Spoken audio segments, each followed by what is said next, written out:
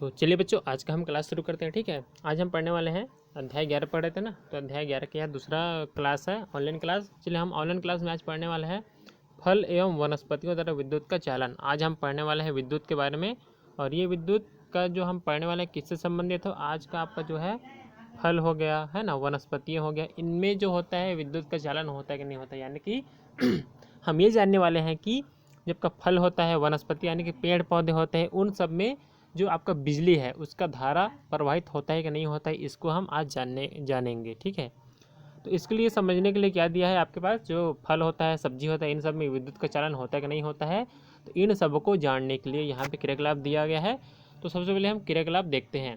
इस क्रियाकलाप के लिए आपको लेना है, आपको है ना, आलू विद्युत परिपथ का निर्माण करने के लिए तार और बैटरी, मतलब परिपथ मतलब एक रास्ता बनाने के लिए। जैसे कि यहाँ पे इस चित्र में ये कुछ इस तरह से रास्ता बना है, तो इसको बनाने के लिए क्या लेना है आपको एक परिपथ यानी कि तार लेना है ना, और बैटरी लेना है, जिससे क्या होगा, बैटरी से विद्युत धारा निकलेगी। तो चलिए देखते हैं क्रियाकलाप में दिया क्या गया है।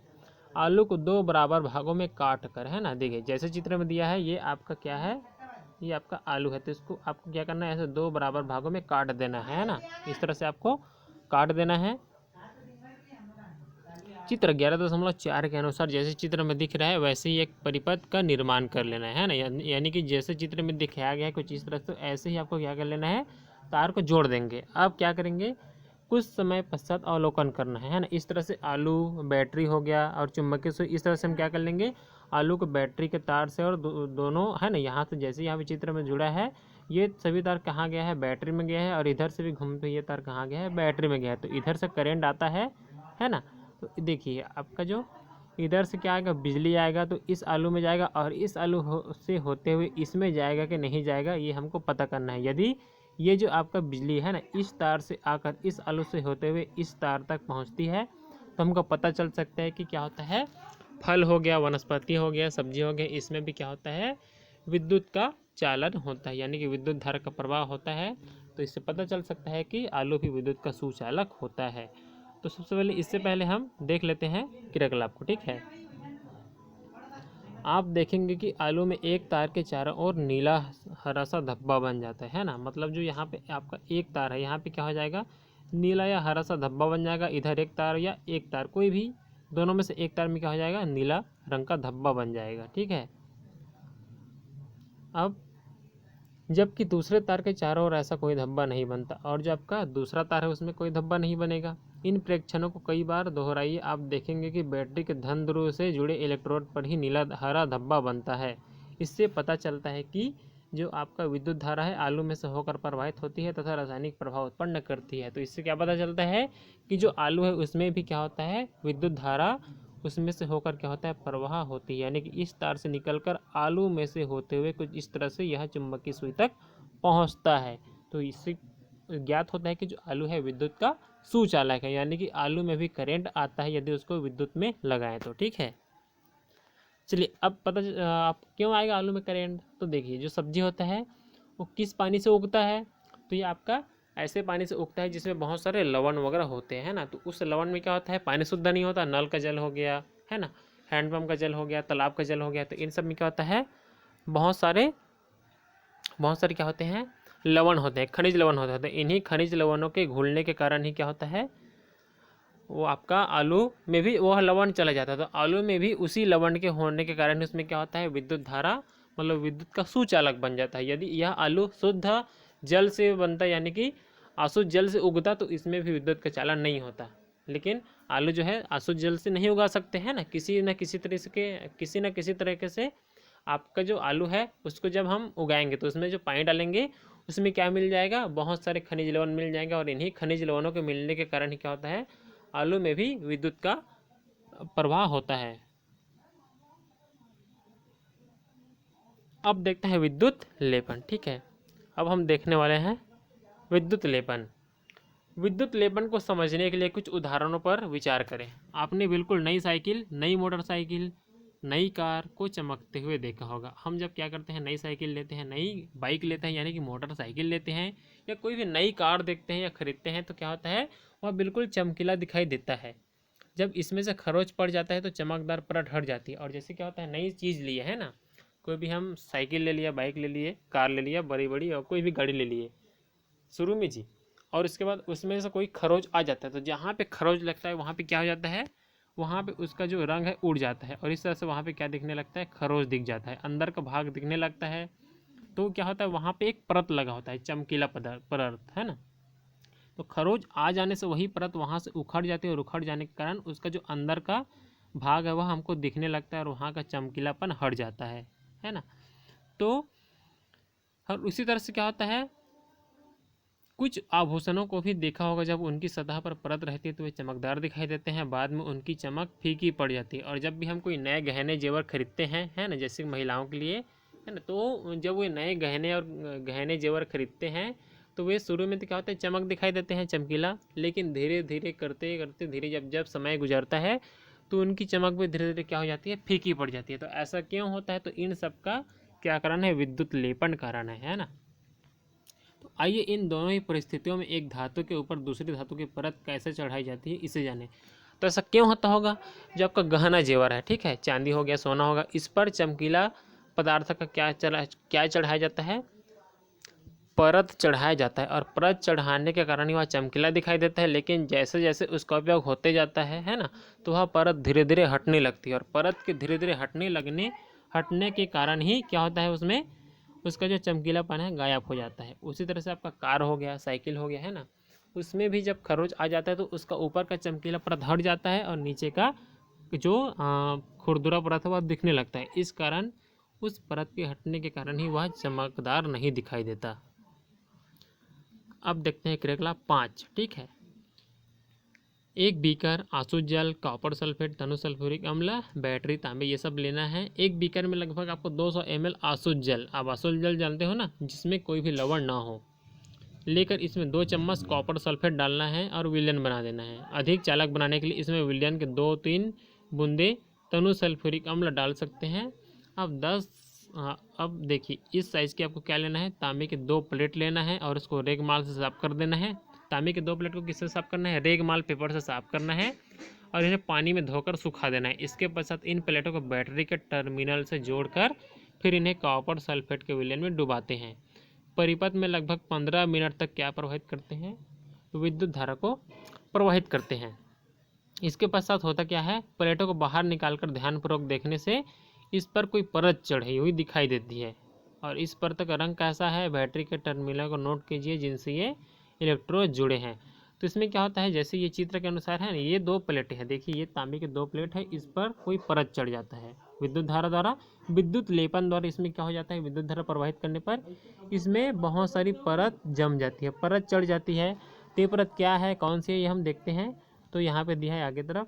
अब इलेक्ट्रॉनों को आपस में बदलकर खिलाकर आपको दोहराइए, आपने इस पर क्या देखा, जब कॉपर सल्फेट के विलयन में विद्युत धारा प्रवाहित की जाती है तो कॉपर सल्फेट कॉपर तथा सल्फेट में अपघटित हो जाती है, और स्वतंत्र कॉपर यानी कि तांबा बैटरी के ऋण ध्रुव से जुड़ी प्लेट की ओर आकर्षित होती है और प्लेट पर अवक्षेपित हो जाती है।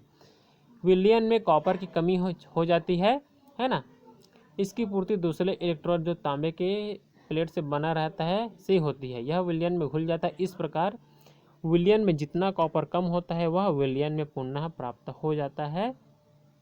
यह प्रक्रिया तब तक चलती रहती है जब तक विलयन में से विद्युत धारा प्रवाहित होती है। इलेक्ट्रोडों को आपस में बदलने पर दूसरी प्लेट पर कॉपर की परत एकत्रित हो जाती है। तो इस तरह से क्या होता है, यहाँ पे तांबे की प्लेट में कॉपर सल्फेट जो आपका यहाँ पे मिला है ना, कॉपर सल्फेट का विलयन हमने मिलाया है, तो ये कॉपर सल्फेट अलग अलग भागों में बंटकर इस तांबे की प्लेट में क्या हो जाता है, परत बन जाता है, क्योंकि हमने इसमें क्या डाला है, इसी विलयन को डाला है, कॉपर सल्फेट को। तो यही कॉपर का जो परत है वह तांबे की परत में जम जाता है। तो इस तरह से होता है विद्युत लेपन। जब हम विद्युत धारा प्रवाहित करते हैं तभी इसमें क्या होता है, उसका लेप चढ़ जाता है। तो इस तरह से आपका विद्युत लेपन का प्रक्रिया होता है। इस प्रकार विद्युत लेपन प्रक्रिया में एक इलेक्ट्रोड से कॉपर दूसरे इलेक्ट्रोड पर जाता है। इस विलयन में एक तांबे के प्लेट को बैटरी के धन ध्रुव से और कार्बन के छड़ लेकर उसे बैटरी के ऋण ध्रुव से जोड़कर विद्युत धारा प्रवाहित करने पर कार्बन के छड़ पर तांबे की परत चढ़ जाती है ना। तो इस तरह से और सफलता प्राप्त हो जाती है विद्युत लेपन करने में विद्युत धारा के माध्यम से। विद्युत धारा द्वारा किसी पदार्थ पर किसी दूसरी धातु की परत चढ़ाने की प्रक्रिया को ही क्या कहते हैं, विद्युत लेपन। क्या होता है आपका विद्युत लेपन? तो विद्युत धारा द्वारा किसी दूसरे पदार्थ पर किसी दूसरी धातु का परत को चढ़ाना, उसके ऊपर परत चढ़ाना, वही आपका विद्युत लेपन कहलाता है। अब देखते हैं विद्युत लेपन के उपयोग। तो विद्युत लेपन का उपयोग क्या क्या है? कार के कुछ भागों, नल की टोटी, गैस बर्नर, साइकिल के हैंडल, ये देखे हो ना, ये सब बहुत चमकदार होते हैं। क्यों साइकिल के हैंडल भी चमकदार होता है? क्योंकि उसमें क्या होता है, परत चढ़ा होता है दूसरे धातु का, वह लोहा का होता है, लेकिन उसमें जो इसके ऊपरी भाग में क्या चढ़ा होता है, परत चढ़ा होता है, इसलिए वह लोहा का नहीं दिखता, हमको बहुत चमकीला दिखता है। पहियों का रिम हो गया आदि पर क्रोमियम का लेपन होता है, और इनमें क्या होता है, क्रोमियम का लेपन होता है, और क्रोमियम के लेपन यानी क्रोमियम का परत होने के कारण क्या होता है, यह बहुत चमकदार दिखाई देता है। आपका जो साइकिल हो गया है ना, तो साइकिल के हैंडल देखे हो आप, बहुत ज़्यादा चमकीला होता है। क्यों? क्योंकि उस पर क्रोमियम का परत चढ़ा होता है, इसलिए वह चमकीला दिखाई देता है। क्रोमियम महंगा है, इसलिए पूरी वस्तु को क्रोमियम से नहीं बनाया जाता है ना। वस्तु को किसी सस्ती धातु से बनाकर उस पर क्रोमियम की परत चढ़ा दी जाती है। क्योंकि क्रोमियम महंगा होता है, इसलिए लोहा के ऊपर केवल उसका परत चढ़ाया जाता है, ताकि सस्ते में उपयोग वह सामान मिल सके। दूसरा दिया है विद्युत लेपन के उपयोग में, विद्युत लेपन की प्रक्रिया द्वारा सस्ती धातु की वस्तुओं पर सोने या चांदी जैसी बहुमूल्य धातु की परत चढ़ाकर आभूषण बनाए जाते हैं, है ना। क्या होता है विद्युत लेपन द्वारा? जो भी आपका सस्ती धातु होता है उस पर सोने या चांदी का परत को चढ़ा देते हैं, और उस पर, है ना, इन सब का परत चढ़ाकर क्या बना दिया जाता है, बहुमूल्य आभूषण बना दिए जाते हैं। मतलब कोई भी सस्ता धातु हो गया, कोई भी दूसरा धातु, उस पर सोने या चांदी के पेंट कर देते हैं विद्युत लेपन द्वारा, और वह क्या बन जाता है, गहना जेवर बन जाता है सोने या चांदी जैसा। विद्युत लेपन की प्रक्रिया का उपयोग धातु अयस्क से शुद्ध धातु प्राप्त करने में भी किया जाता है। इस तरह से कोई भी धातु है तो उससे शुद्ध धातु भी प्राप्त कर सकते हैं विद्युत लेपन द्वारा। विद्युत अपघटन का उपयोग अशुद्ध धातु से शुद्ध धातु प्राप्त करने में किया जाता है। खाद्य पदार्थों के भंडारण के लिए उपयोग में लाए गए वाले डिब्बों में लोहे के ऊपर टीन का विद्युत लेपन किया जाता है। टीन की परत चढ़ाने पर खाद्य पदार्थ लोहे के संपर्क में नहीं आते, जिससे वे सुरक्षित रहते हैं। अब देखिए 5वां नंबर में दिया है विद्युत लेपन के उपयोग में, जो आपके खाने का पैक होता है ना, खाने का डिब्बा होता है, खाने रखने का डिब्बा, वह लोहा का होता है, लेकिन वह चमकीला क्यों होता है ना, क्योंकि लोहा के संपर्क में आएगा तो आपका खाना खराब हो सकता है। तो खाना को लोहा के संपर्क में आने से बचाने के लिए लोहे के ऊपर क्या किया जाता है, टीन का परत चढ़ाते हैं, जिससे टीन का परत चढ़ जाता है और चमकीला होता है, और खाना जो है लोहे के संपर्क में नहीं आता और खाना खराब होने से बच जाता है। तो इस तरह से होता है आपका विद्युत लेपन का उपयोग। चलिए उसी तरह से हम छठवां देखते हैं, है ना। छठवां नंबर दिया है, पुलों तथा स्वचालित वाहनों को मजबूत बनाने के लिए लोहे का उपयोग किया जाता है, जिसे जंग से बचाने के लिए उस पर जिंक की परत चढ़ाई जाती है। यानी कि जो आपका पुल बनता है ना रास्ते में, जी पुल, तो उस पुल को बनाने के लिए किसका उपयोग करते हैं, उस लोहे का, है ना। जब उसको ढलाई किया जाता है पुल को, तो पुल को ढलाई करने के लिए, ढलाई को वहाँ पर रोकने के लिए किसको डाला जाता है, लोहे को। तो वह लोहा जंग ना हो इसके लिए उस पर क्या चढ़ाया जाता है, जिंक की परत चढ़ाई जाती है, जिससे क्या होता है, विद्युत लेपन प्रक्रिया का उपयोग होता है वहाँ पे, और उसमें जंग नहीं लगता क्योंकि उसमें जिंक की परत को चढ़ाया जाता है। उसी तरह से जो आपका क्या होता है, बहुत सारे वाहन होते हैं, उन सब वाहनों को भी जब वह लोहा सा बनता है तो उन सब लोहे में क्या चढ़ाया जाता है, जिंक की परत चढ़ाई जाती है। चलिए अब आगे बढ़ते हैं। आगे दिया है विद्युत सेल, है ना। अब आप जानते तो हो सेल के बारे में, है ना, तो अब हम सेल के बारे में जानने वाले हैं, है ना। विद्युत सेल जैसे कि जिससे क्या, जो किससे चलता है, आपका बिजली वाला सेल, इसके बारे में हम जानने वाले हैं। हम अपने दैनिक जीवन में विद्युत धारा विद्युत धारा प्राप्त करने के लिए सेल या बैटरी का उपयोग करते हैं। जो अब आपको विद्युत धारा होता है, यानी कि बिजली प्राप्त करने के लिए हम किसका उपयोग करते हैं जी, सेल हो गया या बैटरी, इसका उपयोग करते हैं किसी भी चीज़ को जलाने के लिए। यहाँ कुछ सेल दिए जा रहे हैं, इसके बारे में हम पढ़ते हैं। आज हम पढ़ने वाले हैं सेल के बारे में। तो यहाँ पे देखिए वोल्टी सेल सबसे पहले दिया है ना, तो वोल्टी सेल के बारे में हम जानते हैं ये क्या होता है। सर्वप्रथम सन 1796 ईस्वी में इटली के वैज्ञानिक अलेसांद्रो वोल्टा द्वारा लगातार विद्युत धारा प्राप्त करने का सफल प्रयास किया गया। उन्होंने पाया कि यदि भिन्न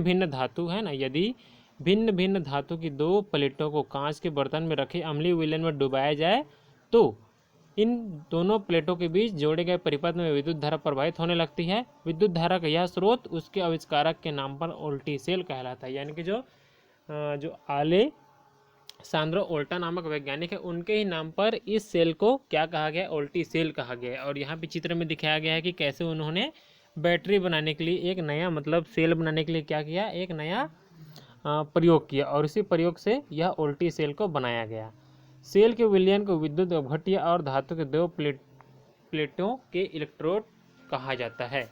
वोल्टी सेल के एनोड तथा कैथोड किन धातुओं के बने हैं, तो देखिए यहाँ पे जो आपका वोल्टी सेल के चित्र यहाँ पे दिया गया है। देखिए आपका वोल्टी सेल के चित्र, इसी प्रयोग को किसने किया था, अलेसांद्रो वोल्टा नामक वैज्ञानिक ने किया था, और क्या बनाया था, वोल्टी सेल बनाया था। अब देखिए यहाँ पे क्या किया था उन्होंने, है ना, तांबे की प्लेट लिया था, है ना, और यहाँ पे कांच का एक पात्र है, और ये जस्ते की प्लेट लिया था, और इसमें क्या डाला था, तनु सल्फ्यूरिक अम्ल, और इन दोनों प्लेटों को किससे जोड़ दिया था, तार से जोड़कर बीच में बल्ब लगा दिया था, और इससे क्या हुआ, विद्युत धारा प्रवाहित होने लगा, और विद्युत धारा प्रवाहित होने से यहाँ का जो बल्ब है वह जलने लगा।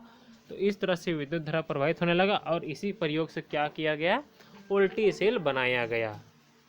ठीक है, अब पढ़ते हैं शुष्क सेल। तो शुष्क सेल के बारे में पढ़ते हैं।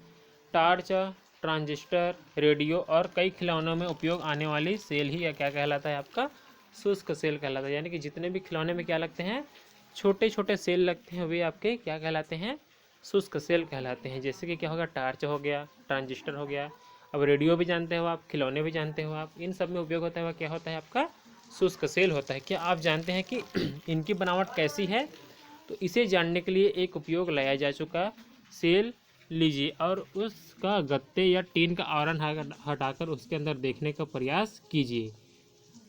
आप देखेंगे कि इसमें जिंक का एक बेलनाकार बर्तन होता है जो ऋण इलेक्ट्रोड की भांति कार्य करता है। इसके अंदर नौसादार या अमोनियम विद्युत अपघट्य, zinc chloride, plaster of Paris का भरा पेस्ट होता है ना। पात्र के मध्य में मलमल की एक थैली होती है जिसमें मैंगनीज डाइऑक्साइड, नौसादर, जिंक क्लोराइड और कार्बन का चूर्ण मिश्रण भरा रहता है। इसके बीचों बीच कार्बन की एक छड़ होती है जिसका ऊपरी सिरा बाहर निकला होता है। कार्बन की छड़ के ऊपरी सिरे पर पीतल की एक टोपी लगी होती है। कार्बन की यह छड़ धन इलेक्ट्रोड के भांति कार्य करती है। पात्र के मुख को चपड़े या पिच से बंद कर दिया जाता है। इस पर एक बारीक छिद्र होता है जिससे उसके अंदर बनने वाली गैस बाहर निकल जाती है ना, बाहर निकल सके इसलिए इस पर क्या बनाया जाता है, एक छोटा सा छेद बनाया जाता है, बारीक छेद। अधिक विद्युत धारा प्राप्त करने के लिए हम दो या दो से अधिक सेलों की एक श्रेणी बना लेते हैं जिसमें से एक सेल का धन सिरा और अगले सेल का ऋण सिरा से जुड़ा होता है। सेलों की इस श्रेणी को क्या कहते हैं, बैटरी कहते हैं। जब किसी सेल का संपूर्ण क्रियाकारक क्रियाफल में बदल जाता है तब उसमें से धारा प्राप्त करना संभव नहीं होता है। इस सेल को मृत सेल कहा जाता है। अनुपयोगी शुष्क सेल को खड़ा काटकर देखें और उसका चित्र भी बनाएं। तो देखिए हम जो खिलौनों में उपयोग करते हैं वहाँ सेल आपका क्या है, इस तरह से सेल होता है ना। ये कुछ इस तरह से यहाँ चित्र में दिखाया गया है। यदि हम इसको ओपन करेंगे यानी कि खोल कर देखेंगे सेल का, तो कुछ इस तरह से हमको यहाँ चित्र में दिखाया गया ये सभी दिखेंगे। बीच में क्या होता है, काले रंग का एक बेलनाकार पदार्थ होता है, वह क्या है आपका क्या होता है, वो आपका कार्बन का छड़ होता है। और इसमें क्या होता है, एक मैंगनीज का डाइऑक्साइड और कार्बन का चूर्ण होता है और उसके साथ नौसादर होता है, जिंक क्लोराइड होता है। तो ये सभी क्या करते हैं, वहाँ पे मिलकर क्या करते हैं, आपस में क्रिया करके क्या बनाते हैं, ये जितने भी पदार्थ आपको यहाँ पे दिख रहे हैं ये पदार्थ आपस में मिलकर विद्युत धारा उत्पन्न करते हैं। और इसी विद्युत धारा से क्या होता है, कोई भी आपका खिलौना हो गया, मशीन हो गया, ये सब क्या करता है, चलने लगता है। का शुष्क सेल। अब देखते हैं बटन सेल। बटन सेल ऐसा शुष्क सेल है जो एक छोटे बटन की भांति दिखाई देता है। जैसे अब बटन सेल है ना, नाम से पता चला कि किस में होता है, बटन सेल के बटन की तरह दिखाई देता है। इसमें जिंक या एल्यूमिनियम का एनोड धन ध्रुव और सिल्वर ऑक्साइड या मरकरी ऑक्साइड कैथोड यानी कि ऋण ध्रुव और सोडियम या पोटेशियम ऑक्साइड के विद्युत अपघट्य के रूप में उपयोग में लाया जाता है। बटन सेल चूंकि आकार में कैसा होता है, बहुत छोटा होता है और बहुत सस्ते होता है और बहुत समय तक चलता है, यानी कि अधिक समय तक यह चलता है और अधिक शक्तिशाली भी होता है। अतः इनका उपयोग कई इलेक्ट्रॉनिक उपकरणों जैसे कैलकुलेटर हो गया, घड़ी हो गया, श्रवण सहायो है ना आदि कार्य में किया जाता है। देखिए आपका बटन सेल है, वह बटन के रूप में दिखाई देता है। जैसे कि आपका हाथ घड़ी हो गया है ना, जो हम हाथ में घड़ी पहनते हैं उसमें भी क्या होता है, आपका बटन सेल का उपयोग होता है। और बटन सेल कैसा होता है, तो देखिए बटन सेल बिल्कुल ऐसा गोल रूप में होता है। आपका जो बटन सेल कैसा होता है, ऐसे गोल रूप में, यानी कि बटन जैसा होता है आपका बटन सेल। और इसका उपयोग आप कहाँ कहाँ कर सकते हो, हाथ की घड़ी हो गया है ना, कैलकुलेटर हो गया, इन सब में हम इसका उपयोग कर सकते हैं। अब देखते हैं सौर सेल। तो सौर सेल क्या होगा, देखते हैं। सौर सेल अपने ऊपर पड़ने वाली सौर ऊर्जा को विद्युत ऊर्जा में परिवर्तित करते हैं। यानी कि सौर सेल ऐसा सेल है जो इसके ऊपर क्या पड़ता है, सौर ऊर्जा, यानी कि सूर्य का प्रकाश पड़ता है, सूर्य का ऊर्जा, उसको क्या करता है, विद्युत ऊर्जा में परिवर्तित करता है। ठीक है। एक साधारण सौर सेल सिलिकॉन की 2 परतों से बना होता है। निचली परत में बहुत थोड़ी मात्रा में आर्सेनिक मिला दिया जाता है, यह धनात्मक परत होता है। ऊपरी परत में बोरान बहुत कम मात्रा में मिला दिया जाता है और यह ऋण आवेशित परत होती है। जब इस व्यवस्था पर प्रकाश पड़ता है तो दोनों परतों के बीच विद्युत परिपथ जोड़ने पर उसमें एक तीक्ष्ण विद्युत धारा प्रवाहित होने लगती है। विद्युत धारा के परिणाम को बढ़ाने के लिए कई सौर सेल एक साथ जोड़े जाते हैं। यानी कि यह सौर सेल कैसा है, जो सूर्य से प्राप्त ऊर्जा को विद्युत ऊर्जा में बदल देता है और सूर्य के प्रकाश से क्या बनाता है, बिजली बनाता है। तो ये होता है आपका सौर सेल, जिसको हम जो है सूर्य के प्रकाश से उपयोग कर सकते हैं। तो इस तरह से हमने सेल के बारे में पढ़ लिया। ठीक है, सौर सेल हो गया, बटन सेल हो गया, और शुष्क सेल और उल्टी सेल पढ़ा हमने।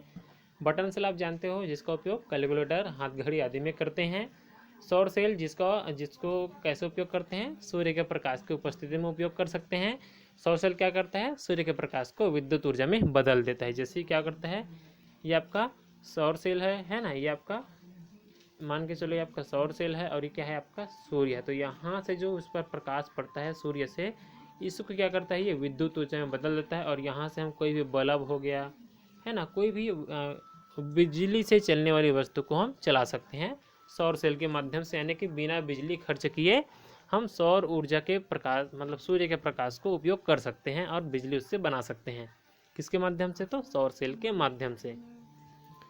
तो ये था आपका अध्याय 11 है ना। आगे बढ़ते हैं। हाँ, तो आगे क्या दिया है, हमने सीखा दिया है। ठीक है, तो हमने सीखा, आप खुद से पढ़ना। ठीक है, हमने से एक बार पढ़ लेना, यहाँ पे आपको और बहुत सारी जानकारी मिल जाएगी। हमने सीखा में देखिए बहुत सारी चीज़ें देती हुए है ना। तो चलिए अब हम यहीं जो क्लास है यहीं पे बंद करते हैं। अब हम कल पढ़ेंगे कौन सा अध्याय, तो कल हम पढ़ने वाले हैं अध्याय 12, ऊर्जा के स्रोत।